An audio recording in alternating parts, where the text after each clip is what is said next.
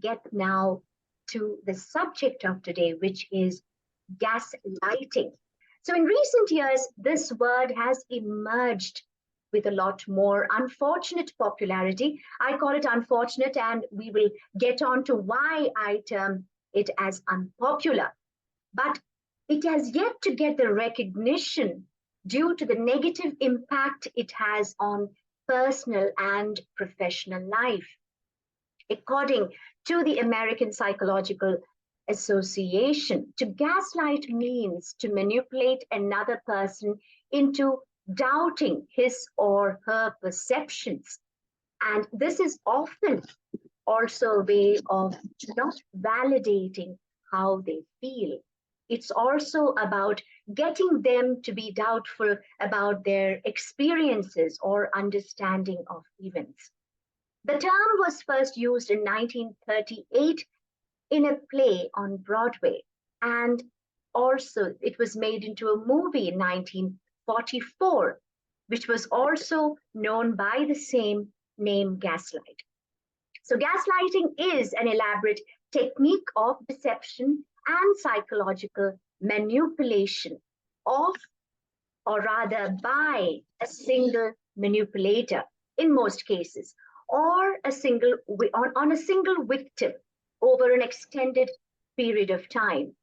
Its effect is to gradually undermine the victim's confidence in his own ability regarding his or her confidence, and the ability to distinguish truth from falsehood, right from wrong, or reality from experience. So we come to the first question. How would you define gaslighting from the Yeah, perspective of a clinical psychologist? I think it's first, I know, like you said, this is a very, unfortunately, infamous term now in social media. It's often very loosely used. But clinically speaking, gaslighting is often a pattern of behavior where the person who's using this means is trying to convince the victim here that either they're mistaken or they're delusional. They try to do this by denying facts. They trivialize the victim's feelings. They create a sense of confusion and self-doubt. It can occur in various relationships. The common misconception is that gaslighting only occurs in a romantic relationship or in a marriage. Actually, that's not true. It could even happen in a friendship because it is definitely considered a form of emotional abuse. So just to give a short overview of, it's psychological manipulation, uh, where the person is trying to make the victim doubt their own thoughts or their feelings or their perception of reality. Or yeah, like I said, in short, it is a type of pattern of behavior and a form of emotional abuse, to keep it simple. Why do you think that over the years it has gained a more, I would say, recognition than before? I would say, one, social media, there's a lot of information going around. People have access to a lot of information, but whether that information is correct or whether that is, embedded into scientific research and psychological research is another question. So not a lot of people are looking into the science of what is going on, but rather just digesting or ingesting easy information, which often is the issue. So, some of the signs of gaslighting behavior is something that we would like to touch upon now, which is the first one is blatant lying. So, when I talk about blatant lying, it could be where the victim is talking about something which has happened, and the manipulator would be very quick to negate the fact that it ever happened. So, it becomes a state where the victim is literally doubting the reality of what may have happened. So it becomes a lie. And of course, denial, the second one. Denial, once again, on the part of the manipulator, where something never took place or something what was said was never said. So once again, it is creating a certain distorted reality in the mind of the victim, which again questions their own reality, or rather fundamental reality about themselves, and of course about the situation as well. The third sign, which is often noticed, is how the victim is often, I would say, exploited from the perspective of telling them that what they love is something which probably they are not good at, or they are doing justice to that role. For example, it could be a parent who is being told that you're not good as a father or as a mother. And it could also be questioning their very ability with regard to what they do, which gives them pleasure in their life. And number four would be losing your sense of the self. Now, each one of us, we have our own dignity, we have our own self esteem, we also have a realistic perception about ourselves. And how realistic is not what is a matter of concern here, but rather about the reality of what we are a part of. Number five is the words versus actions part.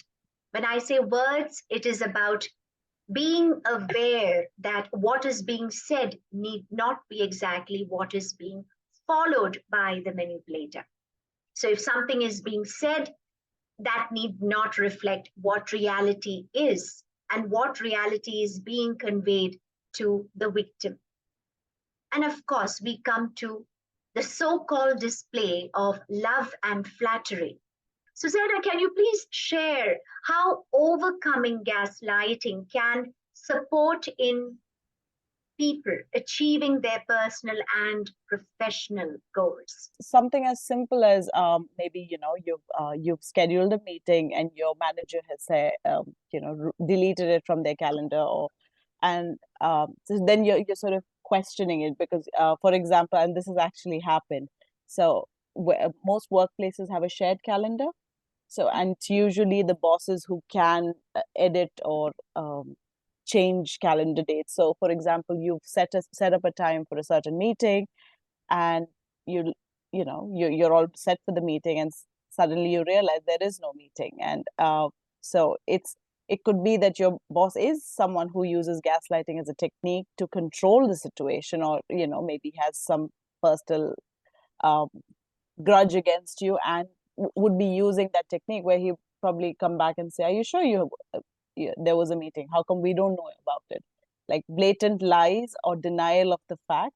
So if you, not everybody is the most organized. Now, if someone's not as organized as they should be, or that's not their strength, they would probably, begin to doubt. And if this happens over a series, it can take a huge hit in your professional confidence or in your ability to do work. You start doubting, am I good enough? Am I actually good enough to do this job? Or so it's in a professional context, this really happens, which is why it's so important that overcoming this pattern is it's important that we actually take a fresh perspective. Maybe we go speak to someone who's not part of your office, or take a professional's help who can support. And you guys actually being part of webinars like this is an attempt to sort of educate yourself in understanding this situation better, because this is a very real psychological tool people use.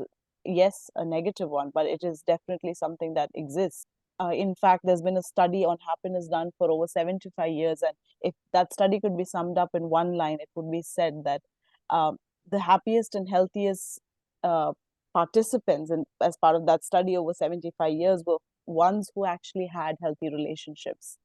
It didn't matter what strata of society you came from. It didn't matter whether you were rich or poor, or whether life was good to you or not. But healthy relationships was actually a key factor in your happiness index, and this is actually proven by research. So yet another aspect to overcoming gaslighting would be healthy relationships. Others would be emotional well-being, professional growth, resilience, and of course improved communication, which is again part of all of that. So, what are some of the signs that a victim undergoes or is experiencing when they are facing gaslighting in their lives? The first one would be always having a tendency to apologize.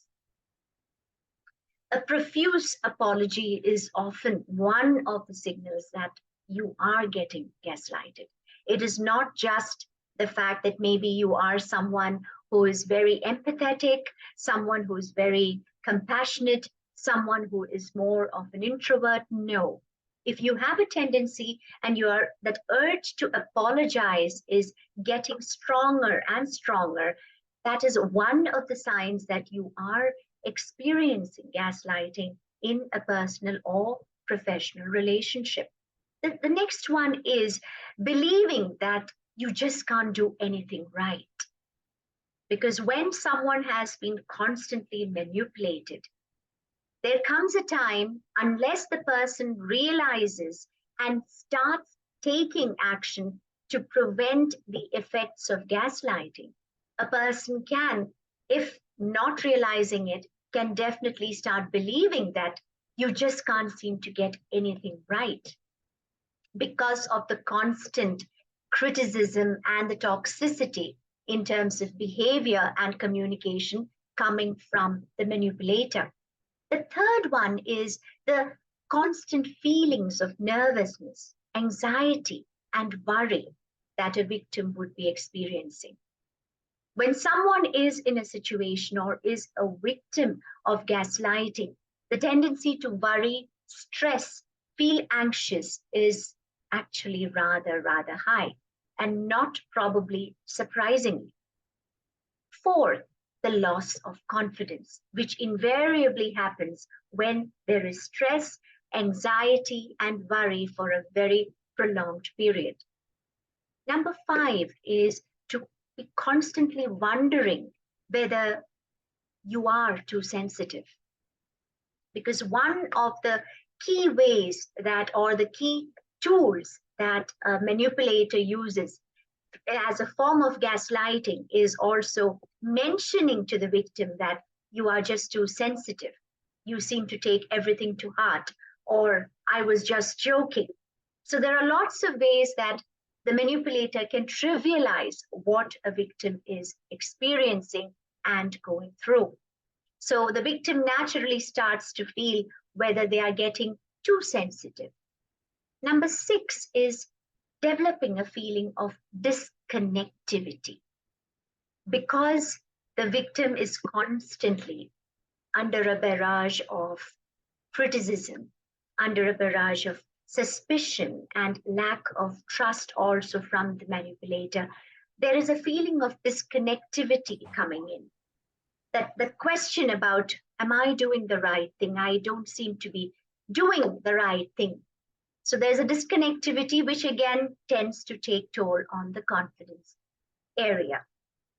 And number 7 is believing that you could be the person, who is to blame in any situation when things go wrong. Because of the constant criticism and the constant, as I mentioned, negativity in the environment, the victim starts to believe that they are actually the right person to get blamed. Number 8 is that there will be a certain persistent nagging feeling in their mind which refuses to go away, but which tells them that something is not right, but they are unable to identify it. Number 9 is a lingering sense of hopelessness, also an emotional numbness and a sense of frustration. Now, all of these signs that I have discussed is actually giving the person an idea that they are getting gaslighted. So, what are the stages of gaslighting that victims go through? The first one could be just disbelief, that belief that no, this is not something which is happening. Probably you're imagining it. The victim could think they're just imagining it, and it's not something which they can actually even recognize or even acknowledge that this is happening. The next one would be to be on the defensive. So the first is the stage of disbelief. The second one is the stage of defense. And defense, I mean, they might make efforts to fight back or say that no, this is something that happened. No, that is what happened. But the manipulator would constantly be having things to overrule what they have to say. So then comes the third stage where, unless they recognize or realize what is happening, they could get it. If they are get understanding what is happening to them, they are unlikely to reach the third stage, which is depression. And depression, due to the fact that they are no longer bothered to defend themselves, because the whole feeling, that entire experience appears to be so very overwhelming for them, so much creating so much of stress in them that they just feel it is pointless to even consider changing the situation or even understanding that this is what they are going through, which is why they have a tendency to get into a state of depression. So how do we exactly respond to gaslighting? Of course, Susanna has already mentioned several very, I would say, critical ways that we are able to help the victims to understand how gaslighting needs to be tackled. Yet, a couple of them I would like to mention here is the first step would be to acknowledge. The second step is to turn to loved ones. Third step is, of course, taking notes, making notes so that it is very much stored or recorded so that the gas lighter is not able to say, no, I didn't say that, or I don't know about that. And setting clear boundaries, holding on to things that make you who you are. It also gives you the confidence of from where you have come from, the journey you have made, and what are your key areas of strengths. So holding on to such beliefs also will help.